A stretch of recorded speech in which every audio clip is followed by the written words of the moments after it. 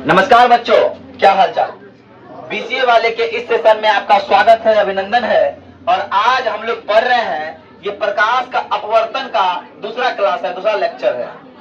पिछले क्लास में हमने जाना प्रकाश का अपवर्तन होता क्या है, माध्यम क्या होता है, एक माध्यम क्या होता है, दूसरा माध्यम क्या होता है, सघन माध्यम क्या होता है, विरल माध्यम क्या होता है। जब प्रकाश की किरण सरल माध्यम से विरल माध्यम में आती है तो वो अभिलंब की ओर आती है, और विरल सघन में आती है तो अभिलंब से दूर हटती है। ये बात आप लोग जान रहे हैं। आज एक और बात किए थे, कल प्रकाश की चाल के बारे में बात किए थे। तो विभिन्न वस्तुओं में प्रकाश की चाल भिन्न भिन्न होती है। पानी के बारे में पढ़े थे, हवा के बारे में पढ़े थे और कांच के बारे में पढ़े थे। तो पिछले क्लास में जाना था कि हवा में प्रकाश की चाल या शून्य में प्रकाश की चाल या निर्वात में प्रकाश की चाल 3 लाख किलोमीटर पर सेकंड होता है। लेकिन हमने पढ़ा कि कांच के बारे में जब पढ़ा था तो कांच में जो प्रकाश चाल कितना होता है, 2 लाख। और पानी कितना होता है, 2,25,000 किलोमीटर प्रति सेकंड होता है कल के क्लास में। तो आज हम लोग बात करेंगे अपवर्तनांक के बारे में। अपवर्तनांक डिट्टो रिलेटिव है, ये संबंधी है प्रकाश के चाल का, है ना। तो जब हम आते हैं, जब अपवर्तनांक की बात करते हैं, तो अपवर्तनांक क्या है सर समझिए। अब मान लीजिए हमने कहा पानी दिया और बोला पानी में प्रकाश का अपवर्तनांक क्या होगा, पानी में प्रकाश का अपवर्तनांक क्या होगा।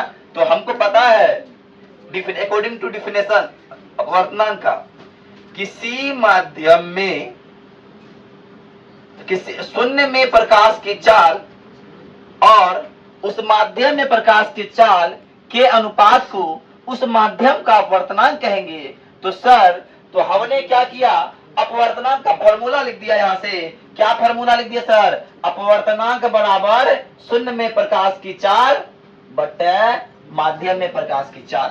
जैसे हम यहाँ देखिए एग्जांपल दे रहे हैं, हमको कांच में निकालना है प्रकाश का अपवर्तनांक। क्या निकालना है, कांच में प्रकाश का अपवर्तनांक। तो हमको पता है, हमको ज्ञात करवाया है, याद करवाया है सर कि शून्य में प्रकाश की चाल होती है क्या, 3 लाख इकाई दाही सैकड़ा हजार 10,000 लाख। और कांच में प्रकाश का होता है 2 लाख इकाई दाही सैकड़ा हजार 10,000 लाख। और जब कटाते हैं तो सर निकलता है ये 1.5। क्या ये 1.5 है कहीं पे कांच का प्रकाश चाल है? कितना नंबर में है, हाँ इस साइड है, इस साइड है। क्या नंबर मेरे,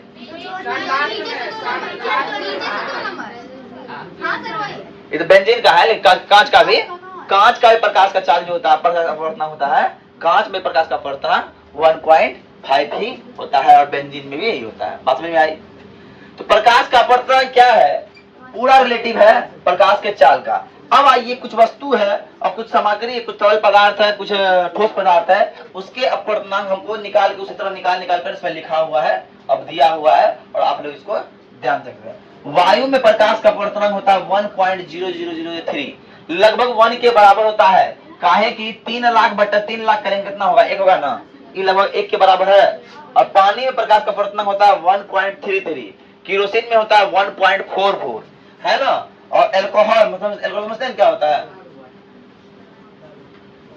पैक, है ना एल्कोहल में होता है 1.47 और कार्बन सल्फाइड में होता है 1.63, बेंजीन में 1.5 और पिघला क्वार्ट्ज में होता है 1.46। बात समझ में आ रही है। अब ये तो तरल पदार्थ है, तरल मतलब कैसा, जो पानी की तरह दिखता है। अब ठोस में आते हैं, बर्फ ठोस की तरह होता है, तो बर्फ में 1.31 होता है। उसी पर क्राउन कांच में होता है, उसी पर फिल्ट कांच में होता है। कनाडा बाल्सम में क्या होता है ना, कनाडा बाल्सम एक पदार्थ है जो ठोस पदार्थ है, उसमें जो प्रकाश चाल होता है 1.53। और माणिक में होता है 1.71, नीलम में होता है 1.77, सेंधा में होता है 1.54 और हीरा में होता है 2.42। सबसे इंपॉर्टेंट है हीरा वाला, याद रखना। हीरा में प्रकाश की चाल क्या होती है, तो 2.42 होती है। ये बात ध्यान रखिएगा, बीबीआई प्रश्न है। अब आते हैं सर आपेक्षिक अपवर्तनांक क्या होता है। हमने अपवर्तनांक जान लिया तो आपेक्षिक अपवर्तनांक जानने का प्रयास करेंगे। मान लीजिए बोला क्या पानी और कांच का आपेक्षिक अपवर्तनांक क्या होगा? ध्यान समझिएगा, पानी और कांच का आपेक्षिक अपवर्तनांक क्या है? मान लीजिए मीडियम 1 है कौन? पानी, और मीडियम 2 है कौन? कांच। तो पानी का अपवर्तनांक निकाल देंगे और कांच का अपवर्तनांक निकाल देंगे और दोनों का अनुपात कर देंगे तो हम कहेंगे सर ये क्या है? ये आपेक्षिक अपवर्तनांक है। किसका? पानी और कांच का। पानी और कांच का आपेक्षिक अपवर्तनांक है। मान लीजिए N2 क्या है? पानी का अपवर्तनांक है, और N1 क्या है? कांच का अपवर्तनांक है। जब दोनों का अनुपात निकालेंगे तो मेरा जो अनुपात निकलेगा N21, ये आपेक्षिक अपवर्तनांक हुआ किसका? पानी और कांच का। बात समझ में आई? इसको नोट कीजिए, आगे और लिखाते हैं। देखिए अब हम लोग आते हैं अपवर्तन के नियम पर। प्रकाश का परावर्तन का नियम जान गए, अब अपवर्तन का नियम जानिए। अपवर्तन का नियम हम जान रहे हैं, इसके पहले हमें जानना है कि जब प्रकाश की किरण आती है तो वो दो माध्यम से, एक माध्यम से दूसरे माध्यम में जाती है तो वो अभिलंब से दूर हटती है, अभिलंब की ओर आती है। इस घटना को प्रकाश का अपवर्तन कहते हैं। सर उसी प्रकार प्रकाश के अपवर्तन के दो नियम भी दिया गया है। तो पहला नियम क्या है? आपतित किरण। क्या दिया है? आपतित किरण। ये जो आपको दिख रहा है ये कौन किरण है? आपतित किरण है। ओके, आपतन बिंदु पर खींचा गया अभिलंब, ये आपतन बिंदु पर जो अभिलंब खींचा गया है ये क्या है? अभिलंब है। अभिलंब खींचा गया अभिलंब। तथा अपवर्तित किरण, अपवर्तित किरण, तीनों एक ही तल में होता है। याद कीजिए प्रकाश का परावर्तन का नियम, आपतित किरण, परावर्तित किरण, तीनों किरण में सेम चीज है, लेकिन वहां परावर्तित की जगह क्या हो गया? अपवर्तित किरण हो जाएगा। सेम, दोनों का नियम सेम है। बात क्लियर? अब आइए दूसरा नियम है आपतन कोण की जिया। आपतन कोण की जिया ये, और अपवर्तित कोण की जिया, किरण की आपतन कोण की जिया, अपवर्तित किरण कोण की जिया, है ना? ये जिया है ना, जिया मतलब होता कोण, है ना?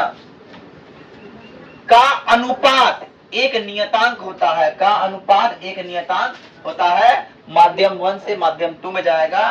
दोनों साइन I का मान बट्टा साइन R का मान वो क्या होगा? एक नियतांक होगा। और जानकारी के लिए बता दे सर, ये नंबर जो 2 नंबर का नियम है इसको हम सनेल का नियम भी कहते हैं। क्या बोलते हैं? कभी कभी एग्जाम में पूछता है कि भैया सनेल के नियम किसे कहते हैं? तो ये नियम लिख के, इतना लिख के फोटो बना देंगे 2 नंबर मिल जाएगा।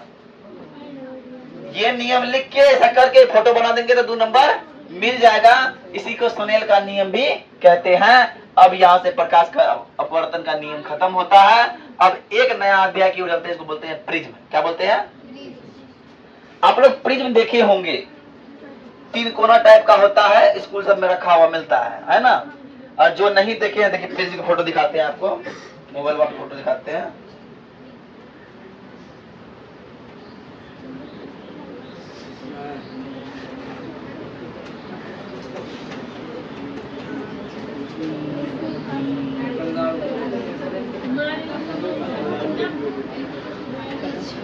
देखिए बात नहीं कीजिएगा कोई। देखिए ये आप लोग देखे होंगे प्रिज्म ऐसा होता है, ऐसा ऐसा होता है, शीशा कांच का होता है ना? आप लोग मेला तलाम लेते हैं ना कि कुछ रखने के लिए, है ना?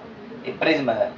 अब प्रिज्म से क्या होता है? सेम ऐसा प्रिज्म होता है। ध्यान समझिए, प्रकाश इधर से गया लेकिन विभक्तों के 7 रंग में निकलता है, निकल रहा है कि नहीं? इसके बारे में भी पढ़ेंगे। तो यहां से एक किरण गया ऐसे, उसको ऐसे निकलना था, लेकिन वो ऐसे जाके फिर टकरा के ऐसे लौट आता है। काहे? एक बार अभिलंब की ओर आता है, एक बार अभिलंब से दूर हटता है। ये प्रकाश का क्या होता है? प्रकाश का यहाँ पे अपवर्तन होता है। क्या होता है? प्रकाश का अपवर्तन।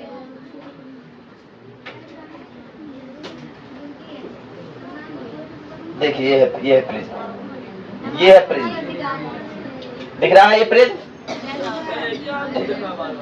चलिए अब आते हैं हम लोग आगे अध्याय की ओर बढ़ते हैं। प्रिज्म से कहते हैं, तो प्रिज्म कहते किसे हैं? सर फोटो देख लिए ना सर, प्रिज्म कहते किसे हैं? तो किसी कोण पर झुके, किसी कोण पर झुके 2 समतल पृष्ठों के बीच घिरे पारदर्शक माध्यम को प्रिज्म कहते हैं।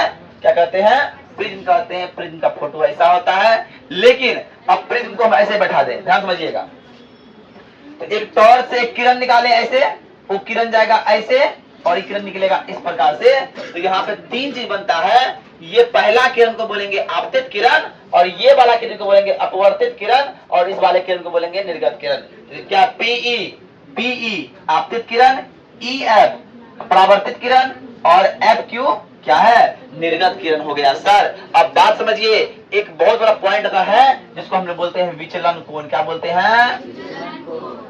बोलता है कि प्रिज्म के आपतित किरण और निर्गत किरण के मध्य बने कोण। आपतित किरण ये है, निर्गत किरण ये है, दोनों किरण आगे बढ़ा, एक कोण बन रहा है, कोण बनता हुआ दिख रहा है। इस किरण को, इस कोण को बोलेंगे हम लोग विचलन कोण बोलेंगे। क्या बोलेंगे? विचलन कोण। और यहाँ पे बोल दिया है कि कोण EDF जो है वो कौन है? तो विचलन कोण है सर। कौन है? विचलन कोण है। तो हमने आज प्रिज्म के बारे में भी पूरा पढ़ लिया। कल हम जानेंगे कि लेंस क्या होता है, लेंस कैसे बनता है, लेंस का क्या प्रॉपर्टी है, लेंस कितनी प्रकार के होते हैं, इनके बारे में हम अगले क्लास में जानने का प्रयास करेंगे। तो आज के लिए इतना ही। जय हिंद, जय भारत, धन्यवाद। लेकिन होमवर्क के रूप में आप लोग देख लीजिए, आज होमवर्क चेक नहीं हुआ, बल्कि होमवर्क देख लीजिए क्या है। आज जो होमवर्क है वो होमवर्क, पहला चीज आपका नोट्स कंप्लीट होना चाहिए। आप जाके पहले इस नोट्स को बनाइएगा। कल हम आपका किसी का, और नोट्स जब फिजिक्स की पढ़ाई होती है आप तब तक डेली नोट्स लेके आइए। हम किसी भी दिन नोट आपका देख सकते हैं। दूसरा चीज, मैथ आपका रिवाइज डेली करना है, मैथ को छोड़ना नहीं है। तो मैथ के लिए हम असाइनमेंट नंबर 2 बोलते हैं। आज असाइनमेंट नंबर 2 की बात करते हैं। ये पूरा कंप्लीट कल हमको एक कॉपी में बना के दिखाना है एक जगह। कल असाइनमेंट नंबर 2 मैथ का, और कल नोट्स कंप्लीट होना चाहिए। तो ओके, तो आप लोग घर की ओर जा सकते हैं।